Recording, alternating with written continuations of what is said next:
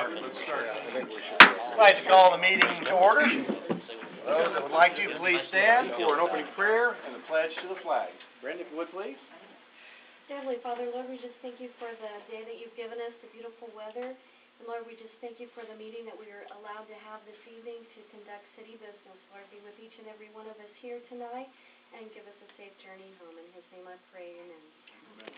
I pledge allegiance to the flag of the United States of America and to the republic for which it stands, one nation, under God, indivisible, with liberty and justice for all.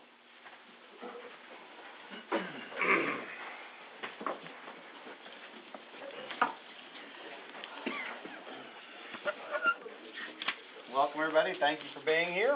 Thank you, council members, those of you who showed up. Start off, I do have a proclamation. Proclamation for the Ronald McDonald House of the Ozarks. Whereas the Ronald McDonald House of the Ozarks has provided a home away from home and an invaluable source of hope and comfort for families of seriously ill and injured children who must travel far from home for medical treatment, and whereas the Ronald McDonald House, located in Springfield, Missouri, allows their guests to maintain close contact with their seriously ill children by providing a secure and supportive environment at the barest minimum cost or at no cost at all if guests cannot afford it.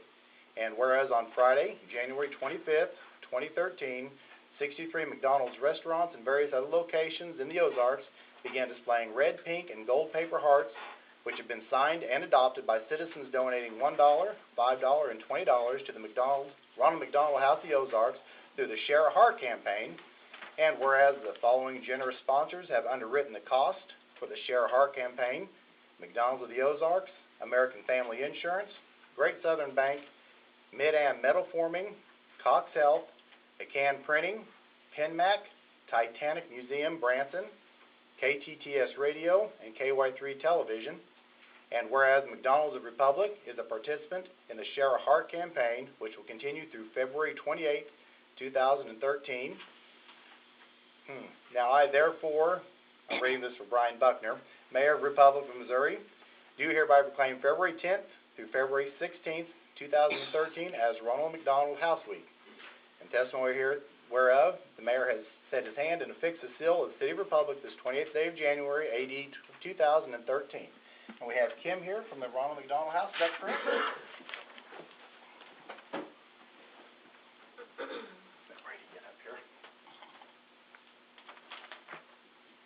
A couple quick pictures here. Just one more. You could hold up. We were doing so well. Let's do this right. All right. There you go. All right, 1, 2, 3. Great. Thank you very much. Thank you.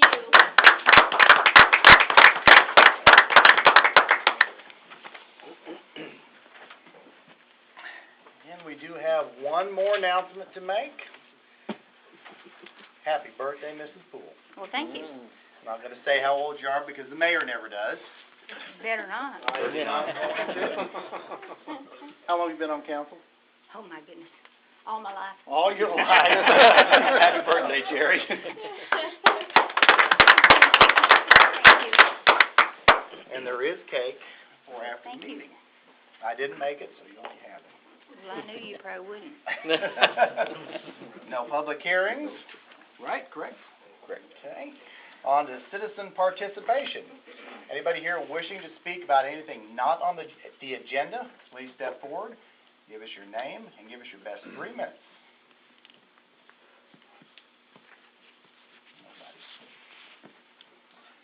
Nobody. Seeing none, citizen participation is closed. On to the consent agenda. I need a motion and a second for approval of the consent agenda. Motion. Second. All in favor? Aye. All opposed? Any abstentions? Motion carries 6-0. On to the financial report. Welcome, Laura. Good evening. Good evening. And what you have in front of you is the sales tax collections, which we talked about at the last meeting because the last one we received was received the 1st of January. So we're a couple weeks away from receiving our last distribution for the year. So So we are still down, I pointed out last time, we're down just a little bit, 1.4% under last year at this time. But motor fuel tax, we have received all that we're going to for 2012. We have seen a 50% increase over the 2011, because as you can tell from this, that we actually started receiving in December of last year the higher amount for the motor fuel tax. So it has, thank goodness we've seen a great increase in that, and we are well over budget. Thank you. Does anybody have any questions for Mrs. Guy Rice? No questions? Please go over these numbers again. Look at them. If you do have any questions, please feel free to get with Laura or Jim. I'm sure Jim can answer all these questions. Laura, you're wanting the request of the budget books, is that correct? Well, yes, let me throw out a reminder that your budget books that you have for 2012, the binders, I like to recycle. So if you can bring your budget binders in, then I will be more than happy to put the 2013 budget in. But if you prefer just to have an electronic version, I am good with that too. So just let me know how you prefer. Quick question. The net difference between the two is roughly, say, $30,000 down. Is that, I assume that's coming out of a reserve fund? Are you? I'm talking about the difference in, we're down 156 on sales tax, Okay. 125 on. Yeah, see what December brings, and then we'll Right. kind of worry about that as to whether it's going to be made up by other revenues, because we are seeing an increase in other revenues in the general fund. And if it isn't? Yeah, and a lot of times that will make up any differences. But I'm saying if it isn't? Pardon me? If it isn't made up? If it isn't made up, Where it'll does it probably come be made up in expenditures, because we are under the budget. We're under in budget on expenditures, Yeah. okay. So between those, it's, we may have to, like you said, make up 30,000, and that'll be easily made up that way. Okay. Councilmember Blinkenberg? I turned in my budget book last year, so when you would like, you can send me the digital one for this year. I'll be happy to do that. Will it send as a PDF file okay, or? Yep. Okay, excellent, thank you. Yes, I can do that, thank you. Anybody have any questions for Laura? Any questions on the financial statement? Okay, I need a motion and a second to approve the financial report. Motion. Second. All in favor? Aye. All opposed? Any abstentions? Motion carries 6-0-0. Okay, thank you. Thank you. Reports from staff. Jim, do you have anything? Nothing this evening. Really? I can go through this whole list if you'd like, but. No, that's okay. Ron, Mr. City No, Attorney. sir. Nothing. Okay. Future community events. Jared, thank you so much for being here. Good evening. Before I get started, I have one addition. On February 12th at 6:30 p.m. at Fire Station 2, there will be a public information meeting on street and alley vacations at Brookline Village. So I'll make sure everybody is aware of that. On January 31st, February 7th, 14th, and 21st, toddler tumbling, 5:30 p.m. and 6:30 p.m. or 6:30 p.m. at the Republic Community Center. February 15th is the last day to register for our spring adult volleyball registration. The season begins at March the 7th. January 31st. Senior Movie Day. We'll be showing We Bought a Zoo. 2 p.m. Free event, free popcorn and coffee. This coming Friday night, February 1st, one of my personal favorites, our special events is our 9th annual Father-Daughter Dance. That's from 6:30 to 9:30. Pre-registration is required. We do take registrations all the way up to the event. I think as of right now, we're up to about 160 dads, and that'll be a really good event. So, February 1st, 8th, 15th, and 22nd is Toddler Story Time. That's at 10:30 a.m. This is a free event at the Republic Community Center. February 4th, 11th, and 25th is Toddler Open Gym. It's 10 a.m. It's $2 per toddler. That's held at the Activities Building next to the Community Center. No Toddler Open Gym on February 18th. February 5th through May the 9th is Arthritis Foundation Exercise Program. We hold that on Tuesdays at 1:30 p.m. at the Republic Community Center. February 15th is the last day to register for spring adult volleyball. The season begins on March the 7th. We have that on there twice. That must be pretty important.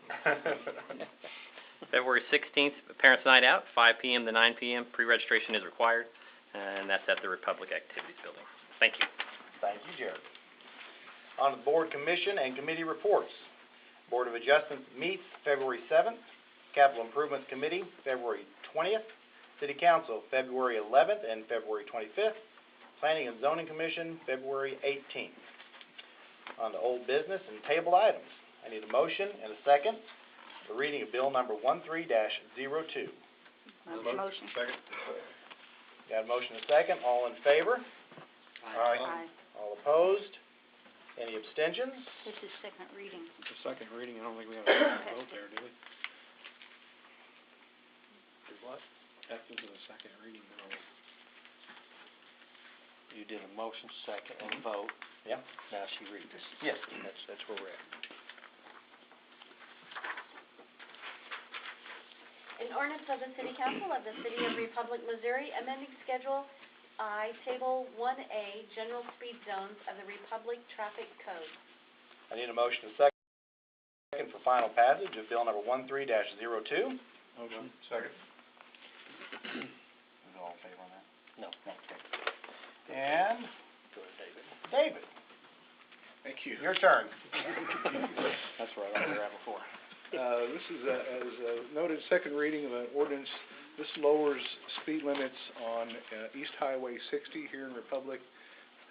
If anyone has been out in that part of town, they've seen that the state has erected the new signs coming up to the Oakwood intersection. The signs were installed here just last week, and ordinance amends Table 1A in our general speed zone to match the signage that the state has got out there. I do want to note that we've asked for, and the state has agreed to install an additional 40-mile-an-hour sign as you were traveling east. You may remember before, when you passed Hamilton Avenue, there was a 60-mile-an-hour sign, and that meant get your lead foot out. They're going to put a 40-mile sign in that location so that folks have a clear posting of what the new speed limit is in that stretch. And one other little piece of information attached to my report was a letter from MoDOT. I don't remember which council person asked for something from MoDOT just to give a reason, a background why they felt the change was necessary. We thought maybe we would get some study results, but we didn't get the study results. Instead, we got a cover letter that basically said, due to the J-turns and the safety related with that, and in the close proximity with the light at Hamilton, they felt this was the most appropriate speed limit for that area. So that was the two reasons that they gave. But they didn't give all of their speed monitoring information, but at least they did respond and give us a reason. On that note. Thank you. I know that they've got the basically warning 40-mile-an-hour zone ahead signs up. They don't seem to be nearly as far out as you see them anywhere else. As a matter of fact, I believe they're right at about that J-turn as you're if it's westbound. It should be out in front of us. The 40-mile-an-hour should be about 300 feet before you get to the Maybe it's before that J-turn, but it doesn't seem as though maybe, I don't even think you got 100 yards between the 40-mile-an-hour zone ahead and the 40-mile-an-hour zone. Can certainly inquire on that. There should be standards, and they should operate essentially out of the same standards book that we do. Double check their work. Just ask. Just didn't seem like it was much of a warning, I noticed here in the last few days. Did you get a ticket? No, I knew it was up, so I was looking for it.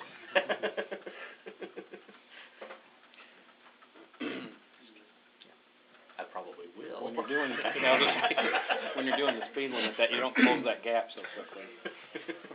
Chief, have you seen any, Chief Lowe, have you seen any reaction out there to that change yet, or? Thus far, there's not that many people who have become aware of it. That's the problem. It needs to be neon. That's Well, why it's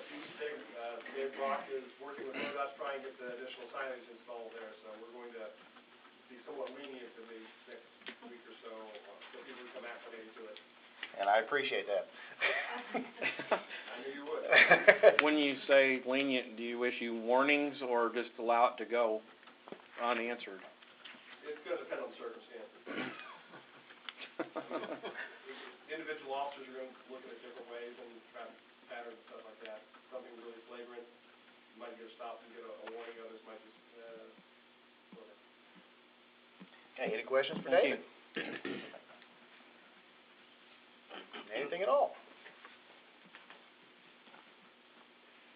Okay, roll call vote.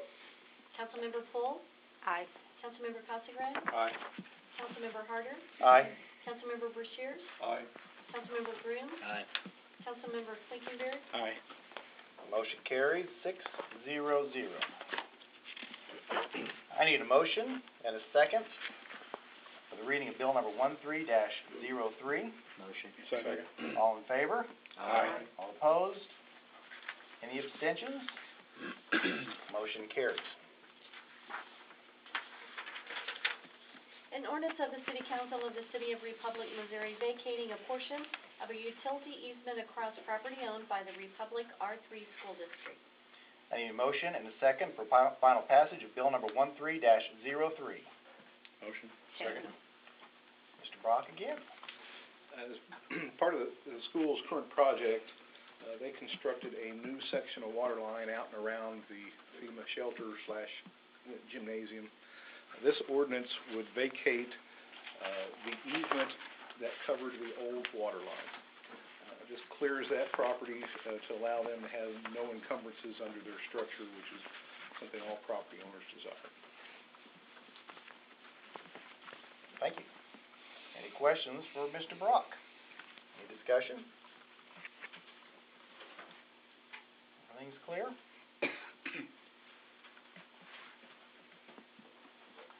Roll call vote. Councilmember Flickenberg, Aye. Councilmember Groom, Aye. Councilmember Brashears, Aye. Councilmember Harder, Aye. Councilmember Casagran, Aye. Councilmember Full, Aye. Thank you. She sneaks up on me when she does that. On to Exhibit E. We have had a request to table Exhibit E. So I would take a motion. Motion. So, table. I have a motion to table. Second. I have a second. And do we need a roll call vote? It's just all in favor to table bill number 13-04 until the next council meeting? Request from whom? The applicants. applicants. I guess they're requesters, but applicants. They are looking at they're looking at just a couple of different options that they may have, trying to work through some of the issues. So they came in today and asked if this could be tabled until the next meeting. Okay, we do have a motion and a second on the floor to table bill number 13-04 until the February 11th city council meeting. All in favor? Aye. All opposed? Any abstentions? Motion carries 6-0-0. I need a motion and a second to read for the reading of bill number 13-05. Motion. Second. All in favor? Aye. All opposed? Any abstentions? Motion carries. I have Chief Lowe. No, not yet. An ordinance of the City Council of the City of Republic, Missouri, authorizing and directing the city administrator to enter into an extension of the term of the memorandum of understanding dated February 10th, 2009 with the Christian County Sheriff. I need a motion and a second for the final passage of bill number 13-05. Motion. Second. Now we have Chief Lowe. You weren't supposed to come up until I said your name. Well, after this one, I'll go back and sit down until we start the next. I'll try and make up for it. This is, once again, the second read on this. We've had in the past the commission and intergovernmental agreement with the Christian County Sheriff's Department to allow the Christian County Sheriff to commission the sworn police officers in the Republic so they would have jurisdiction in Christian County. Since part of our city and incorporated boundaries are outside of Greene County and within Christian County, this has been a benefit to us. So we're hoping that we'll be able to have the same agreement with the sheriff in the future. Very good. Thank you, Chief Lowe. Any questions for the chief? easy group tonight. Well, the mayor's,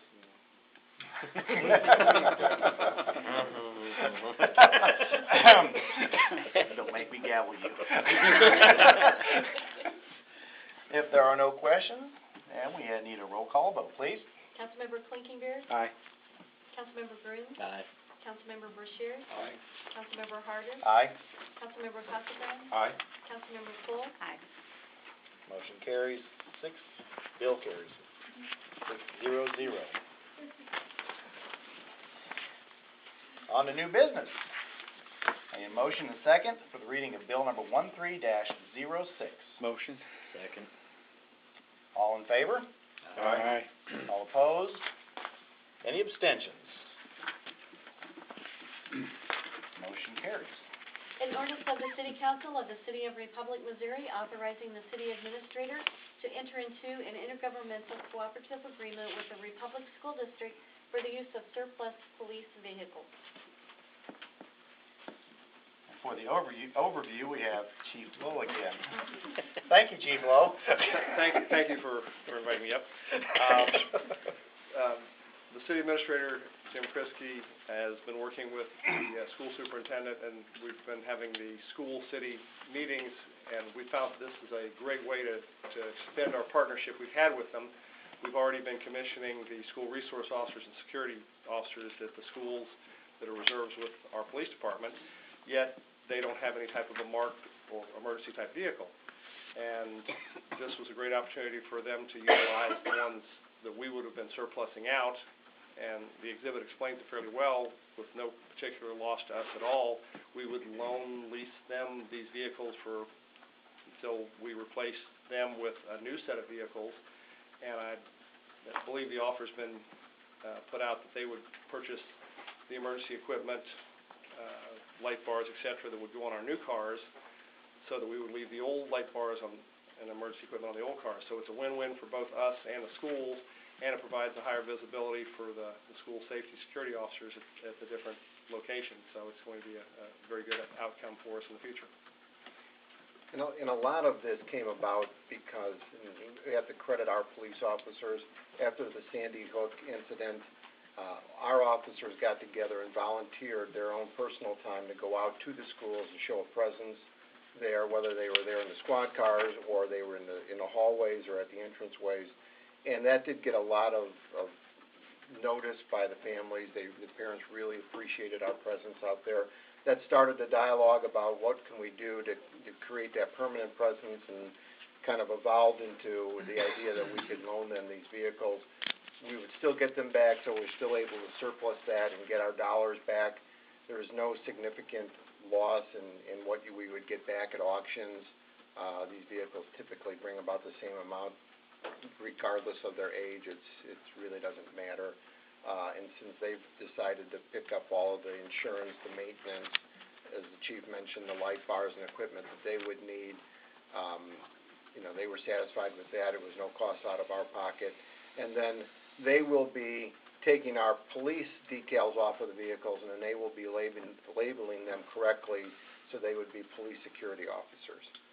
So there'd be a clear distinction into what is a police officer and what would be a security officer for the police, or for the schools, rather. How many cars are we initially thinking about? Two, and if you have 3 officers. Yeah, and then when? The 2 that we have right now are ready to go. So we could, once this passes our city council, if our city council agrees, they have to get their school board to agree, so probably March. They're probably not going to meet again until February, and by the time they get the decals and everything ordered, March. Yeah, good idea. Yeah. When does the program come to a close? For the cars, Like, when will we send them to auction? Is that gonna be, a number of years, or is it like a year? How long does it last? I'm anticipating it's going to be a 1-year deal.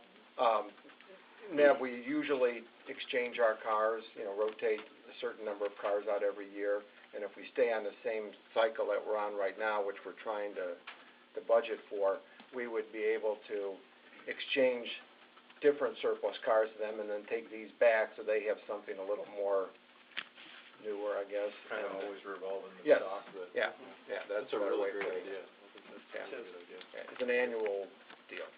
So. Shane, you have a question? Just one, in the intergovernmental agreement, it says that the school district will be responsible for maintaining liability insurance, mechanical maintenance, et cetera. Why just liability?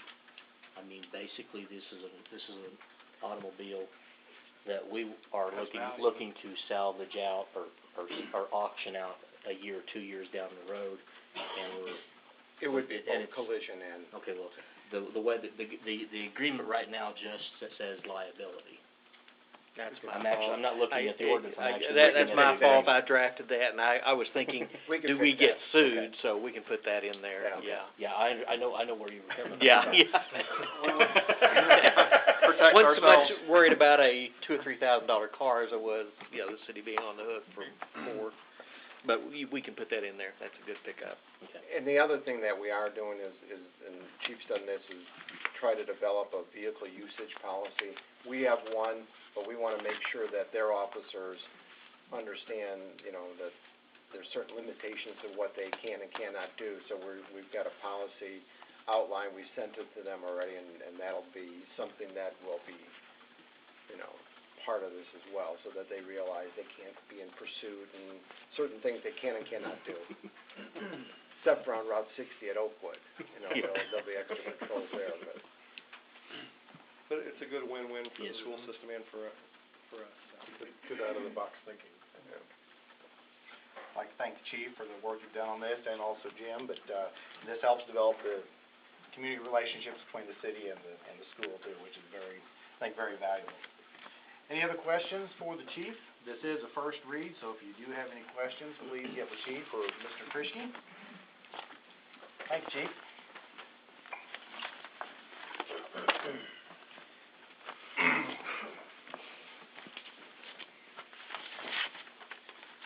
I need a motion and a second for the reading of bill number 13-07. Motion. Second. All in favor? Aye. All opposed? Any abstentions? Motion carries 6-0. An ordinance of the City Council of the City of Republic, Missouri, amending Chapter 120, City Officers and Employees, Article 6, Miscellaneous Provisions, by adding Section 120.140, Acceptance of Easements Dedicated to Public Use. And for the review, Waiting for his invitation. I've got Mr. Brock again. Thank you, Mr. Brock. Mayor Pro Tem. Earlier this evening, the council acted on a easement vacation associated with that project. We had an easement dedication. Somewhere in the recent past here, our city attorney pointed out I guess we'd call it an opportunity to improve how we do things, and that is for every easement that is dedicated to the city, that we have an affirmative acceptance procedure, either through a staff or directly by the city council. And when the issue came up, we kind of looked about for conditions or ways in which we felt the council might be comfortable with the staff approving that. That's what generated this ordinance. So the ordinance would authorize the Public Works Director to sign an acceptance line on an easement dedication under certain circumstances. That the easement is offered at no cost to the city. That's an adjacent to or an extension of an existing easement. That is necessary for construction or maintenance of existing public improvements, or if it's part of a project that's approved by council or following direction of council, and a couple of other conditions. Now, as you read through these, this will probably cover over 90% of the circumstances that we typically acquire new easements. Ask you to also keep in mind that this would not supersede our purchasing policy. So if an easement needs to be purchased and the cost exceeds staff authority, either singular or in total, those would still come forward to City Council for authorization. If we have an easement that doesn't fit in this particular box, those will be brought to council. not certain of the format. We've discussed consent agenda or maybe individual agenda items. But the net result here is we want to take this opportunity, close up the legal loophole if we've got one hanging out there, and do things as well as we can. Thank you, David. I have a two-part question, if I can rephrase this back to you. Okay? So essentially, this is setting up a formal process to accept easements into the city, is that right? That's correct. Okay. The second part is, are we then gonna have to go and formally accept all the easements that we've already gotten? I would refer that to Mr. Derrickson. This is a bit more of a formal process. The way the case law reads is council has to take some type of affirmative action, in my opinion, to accept a dedication, and that can be in the form of a budget approval, authorization of a public improvement, where you know you're going to have to get easements. And so I think the things we've done in the past, probably 95% of them have had that necessary council blessing or acceptance, and so this will pick up those other 4 or 5% of areas where, like, I think, what brought this up, you had someone just came forward with one.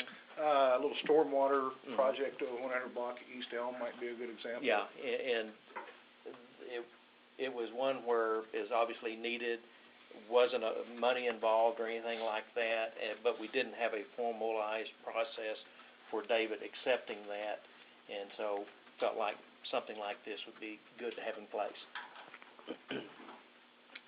I believe the answer was no, we won't have to go back and... That's Yeah. how I answered that. Yeah. I figured you wanted more than just a no. So did that answer your question? It did, yes, fully. Any other questions for Mr. Brock? Yes, Councilmember Grooms.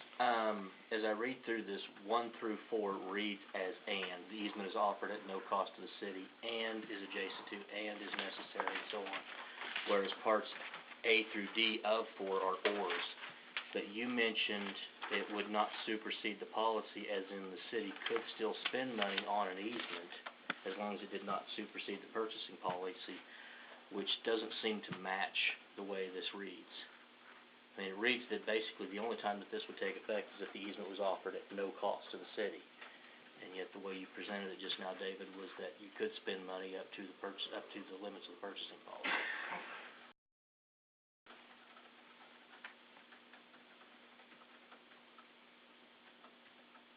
Where you look at the and. The and appears to be implied in that you have between 1 and 2 a semicolon, 2 and 3 a semicolon, and in between 3 and 4 an and. Whereas through A through D, your final, your conjunction, if you will, is or. In other words, it appears that it's the 1 through 4 appear to be, each one is an and. All 4 of these conditions have to be met, whereas within 4, only one of those 4 need to be met.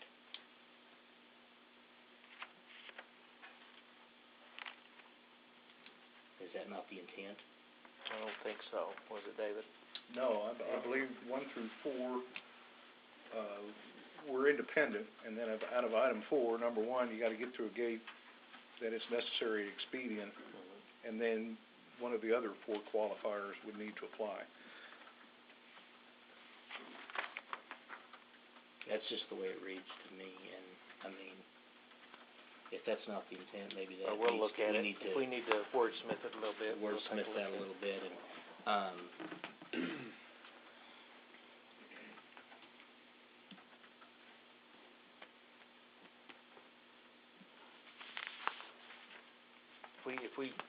If we feel like we need to bring some changes back, we'll do that to address your concerns. okay. Because if these are ors, then I have a hard time seeing when there wouldn't be. Basically, there's no easements would come back before council, or virtually none.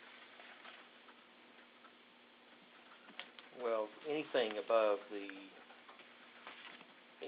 costs the city anything above the purchasing limits, Which is, just off the top of your head, 5,000, 5,000. the maximum he can do unless it's an emergency. Yeah, the general policy has been anytime there's been an expenditure for easement, right-of-way, or whatever, we've brought that to the council and we've gotten approval. Generally, it's, we have this easement and council will give us approval to go out and negotiate it up to a certain dollar amount. So as we don't exceed that when we go and work with the property owners. And I just think the best answer is let's just look at it and see how it reads again. And next, if it's the first read, so second read, we can either come back I with don't know if anybody else read it, but if they Well, read it the same way I did, then Yeah, I didn't pick up on that, but then now we've that you got mention it, If you read the main sentence, if those are supposed to be different, then you would say any one of the following conditions or something like that. The way it reads is that all of those have to be yeah, met, it reads as if all four of those conditions or need to be met. I know. but there's only one and in there. After the other semicolons, there should be something else that they're not I supposed to be think in. if I understand your concern, it really needs to be an or Yeah, after each one yeah, of those. either, I mean, at least, right, everybody's I gonna read think it. something needs to be in there so Yeah. that we and future councils do understand what we've done. And we do that on a daily basis. And just do stuff. Well, in that case, then we'll read it 2 weeks from now. All right, if that's all right, we can either clean that make up. a word change or come back with, if it's bigger So- than that, we can do a substitute bill, but we I could. think it's will be. 1 through level 3 and has to be one of those, and then 4 has to be all of the below. Is that what it's supposed to read as? No, I think they're all supposed to be Or several, or aren't they? And so Okay. we may need to throw a bunch of ors in there.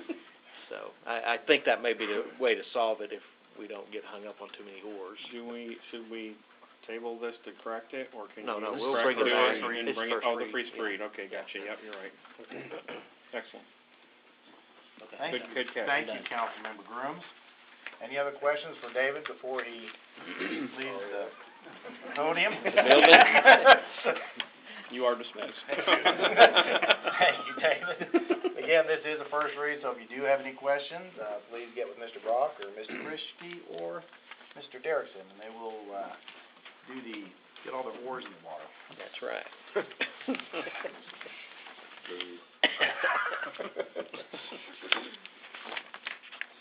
I need a motion and a second for the reading of bill number 13-08. Motion. Second. All in favor? Aye. All opposed? Any abstentions? Motion carries 6-0. An ordinance of the City Council of the City of Republic, Missouri, approving the final plat of the Woodland Park Estates Phase 2 subdivision located at the 1400 block of South Illinois Avenue in the City of Republic, Missouri. The overview we have is from Mrs. Gail Martin. Garrett's a little taller than I am. It's really the main difference. But this bill really is about the subdivision that was originally approved as Indian Trails Phase 2 and partially built before going back to the bank and purchased by the current developer, Bill Turner, in 2010.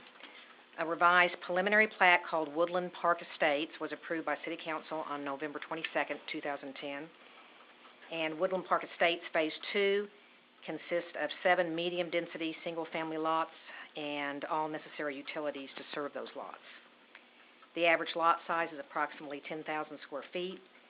There are 27 remaining lots in the whole subdivision, which must be completed by November 22nd, 2014, or the preliminary plat will expire.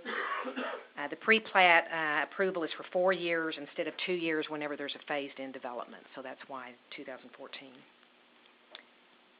Phase 1 includes 7 lots also, of which 4 have been built on. Thank you. Any questions for Mrs. Knopf?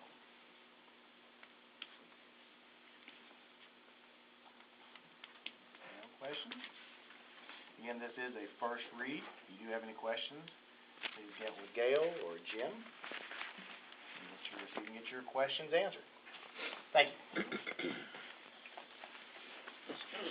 On to other business. Resolution number 13-R-02, a resolution of the City Council of the City of Republic, Missouri, authorizing the transfer of ownership of the K-9 unit to the Immediate Response Group, LLC. I need a motion and a second. Motion. Second.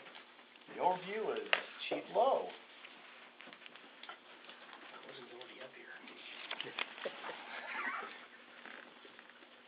Slowing things down.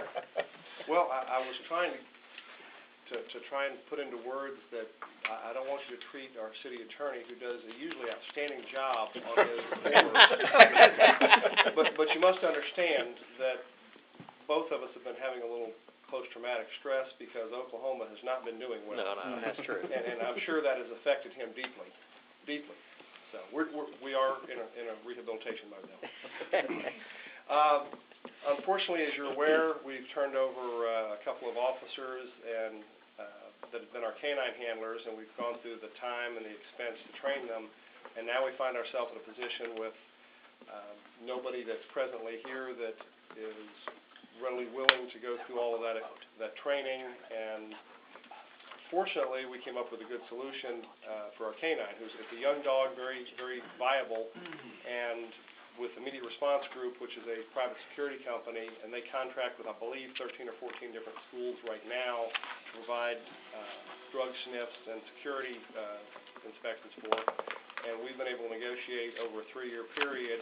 They would do an average of 5 sniffs per year at each of these, or however the school coordinates with it, over a 3-year period. So that way, at least we derive some benefit to the community out of the canine program, and the school will enjoy the use of that, and hopefully keeping our schools safer and with less drug activity going on there.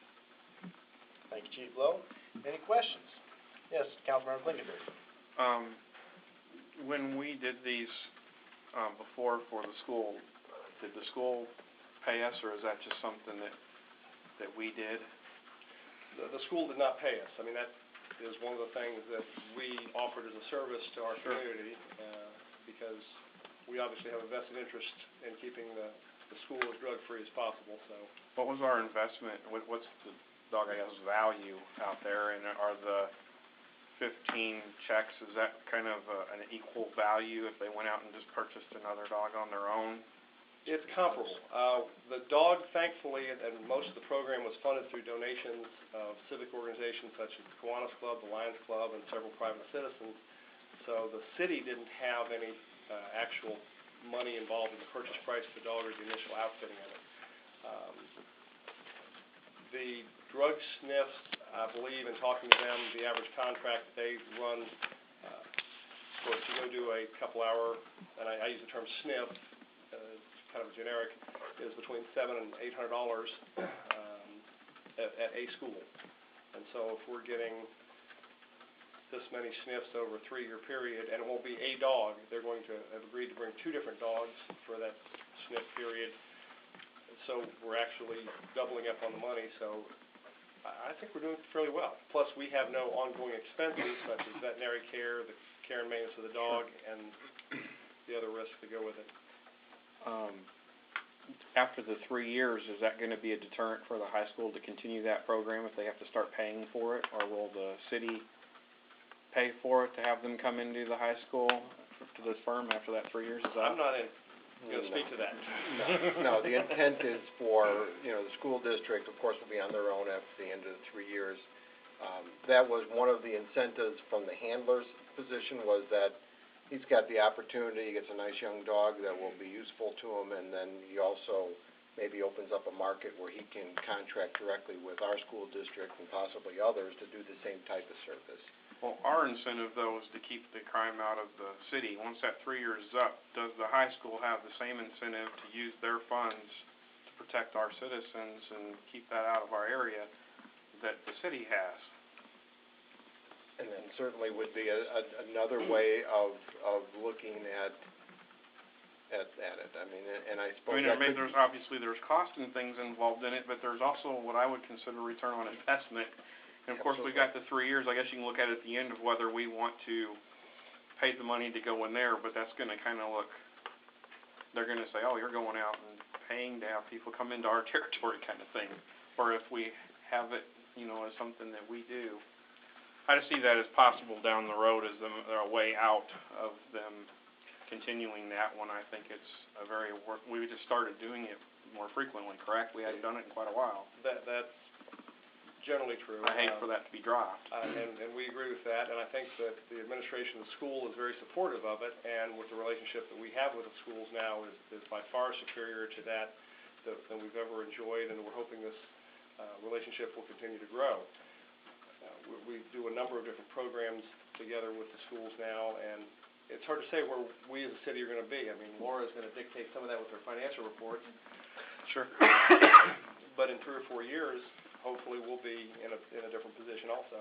Will we be on site when they do those types of activities because of, if they find something, I assume that because they're trained, or is it that, things gonna hold up in court and Ron might be able to answer that? If an independent security firm comes out and finds something, do we have to have an officer there? Do they have the... Remember, the school security officers are sworn officers through our department, and they're capable, and one of the other things we're partnering with them is they'll have access to our records management system, so they'll be able to generate the reports for crimes that occur within the schools, which reduces, hopefully, the workload that our officers would have to do. So there's part of that partnership again. Sure. As those sworn officers are there, if the drugs are found, they will be able to complete the paperwork and refer any violators to the juvenile court, so that, once again, it keeps us out of the loop. One thing we may get involved in is if they have to log evidence into our evidence property room for a future courtroom presentation. I appreciate you answering my questions, and of course I don't want to, it's great that the school system is starting to work along with us, and we want to continue that relationship. It's not a knock on them, it's just kind of a protection thing to make sure what we're doing will, continue down the road. Thank you. Thank you. I think by working with the schools, and we haven't looked that far ahead to see after those 3 years what the deal is, or how we're going to work the dogs, if we're going to work them at all. There may be something set up where the city and the school share costs, but that again will come to council, and so it's something to look at definitely at the SAC meeting. Yeah, Be the subject of mutual aid agreement, kind of like the car issue that you looked at earlier. Not a bad idea. I have a question more of a general nature. So we've had the dogs, and I've seen a demonstration that they put on, and they're really impressive. But I've heard varying reports of, how effective it's been. What have we learned in our time with the dogs? Well, one of the things that is a key ingredient is the best possible handler is going to make a huge difference over the outcome of the dog. The demeanor of the dog is going to be part of that partnership, and the enthusiasm for the handler to get involved in things. Unfortunately, we've had the turnover and change in handlers, so the dog went through 2 different trainers with us in a short period of time with us, so that has had a negative impact on it. Now it's getting ready to go through a 3rd handler with this new company. Obviously, we're going to need to look at, if we do this again, possibly some kind of a contract with that employee that they're going to agree to stay in that position for a period of time that we can recoup our investment and not find ourselves in this position again in the future. And I think what you were asking about the results, are we getting positive results, and are we getting a lot of arrests out of this? That's part of it. I'm just kind of curious, because I've heard everybody likes the dogs. Everybody wants police dogs out there. I was just wondering, does it work? I mean, as a law enforcement officer, do you find that that's a real asset to your team? A deterrent. In my personal opinion, and you'll find various ones, in my personal opinion, they're a great asset. That dog was just like, it was an outstanding dog in the areas of building searches.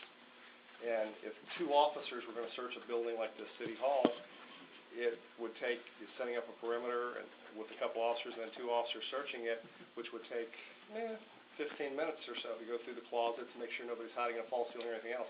The dog can clear this whole building in probably 30, 40 seconds. And you'd know if there was somebody in here or not. So it's a great force multiplier as far as that, and it's a safety issue because now you don't have officers coming in here doing it. If you're looking for drugs concealed in an area, and we've used it for numerous things like that, you can't hide because the dog's nose is possibly, I've heard various different things, 1,000 or more times sensitive than a human's nose, especially one that has a cold going on like I do. And then, whenever you're looking for a lost child or something like that, if it's got a good scent to go on, we have to go by sight and looking for that. A dog can pick up a scent and even track in the air, and it can search a wooded area in a matter of minutes, where it would take humans once again, an hours thing. So it's a great asset if it's utilized properly and you've got the right training and the right handler. Well, thank you, I was just kinda curious. When's the last time we had a dog search or a drug search? Well, right, I don't know, probably 4 or 5 months ago. Fall, yeah, would have been in the fall, because Justin left us right before, right around Thanksgiving, I believe, so it would have been back in October, I believe, when we would have had the last I think in search. the past we've had more, closer together than what we've had recently. Yes. And I know we've had them more recent, being in the high school, it's a deterrent. If, the kids know dogs are coming in at random times, it is a deterrent. We're up at 5 a year pretty much right on this deal, right? So that's every other month or so. That's a lot closer together than what we've been doing. And that was the word that their superintendent used, was the deterrent. They just liked the fact that if they know, the students know, that, there's always that possibility that you're going to have a search. It does wonders in keeping things safe. We'll have a dog in the parking lot, and a student will see out the window that a dog is, honed in on a car, and you'll have students all of a sudden wanting to go to the parking lot to their car. So it is a deterrent. I wonder why it is a deterrent. Well, and once again, the school part of this is they get to coordinate with the company of when they want the searches, so they can have a search on Monday of this week and decide to do it again on Thursday, rather than doing it a month apart, so the students have no idea. Well, that would be a good one to catch. And so the school does the scheduling. Yes, they'll be responsible So for it our hands are, we're completely out of it. Dog visits. for a while. Yes, Councilmember Blinkenberg?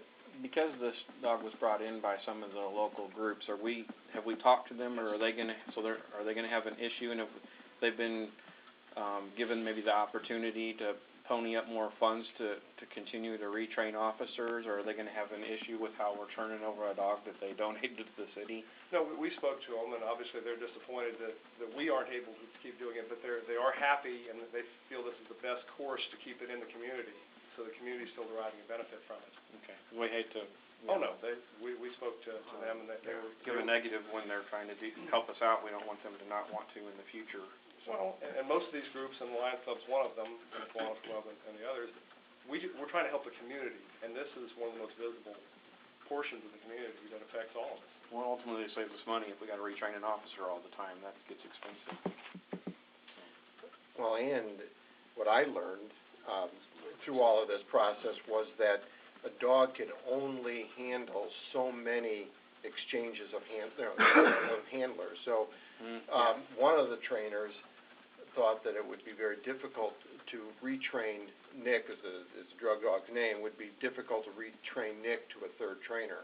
So he was even uncertain whether or not it would even be possible. Others, like the person that is part of this group, felt that they would be able to do that, as others did. But so there's a limit. If we were to get one more trainer or handler, and then all of a sudden lose that in a year, then we would be really lost. Sure, So, that's a good point then, that makes it a pretty much no-brainer there. Very good, good discussion. Any other questions? Concerns for Chief Hill? It's a good solution. Very good solution. Seeing no questions, all in favor of passage of Resolution 13-R-02? Aye. Aye. All opposed? Any abstentions? Motion carries 6-0-0. Thank you, Chief. We have nothing for executive session this evening, so I will entertain a motion to adjourn. Motion. Second. All in favor? Aye. All opposed? Any abstentions? Motion carries 6-0-0. Meeting is adjourned. Kate?